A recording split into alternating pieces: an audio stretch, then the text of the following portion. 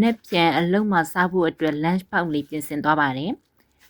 ဝါကာမဲလေးကိုသမင်းလေးနဲ့နေလိုက်တယ်ပေါ့နော်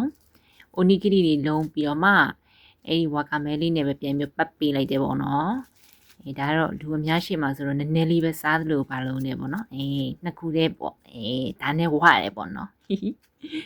ဒါကတော့ကြက်တောက်ကျွန်မ air fryer နဲ့ကင်ထားပေါ့နော် spicy လေးနှိပ်ပြီးတော့မှပြီးတော့ဒါကြတော့စပါဂက်တီပေါ့နော်နောက်ကျမှစပါဂက်တီချက်နီးလေးလေးတင်ပြီးမယ်ပေါ့နော်ပြေးကျွန်မအဖုံးလေးပေးလိုက်တယ်ပေါ့နော်ဒါကြီးကတော့လိမ္မော်သီးလေးပေါ့နော်ပြေးဒါကတော့ကျွန်မနှိကင်းပတ်တောက်ဖို့ဆိုပြီးတော့အိုးချကွာအိုးချအဲ့ဒီဘူးထဲမှာထည့်ထားတယ်ပြေးရောကျွန်မက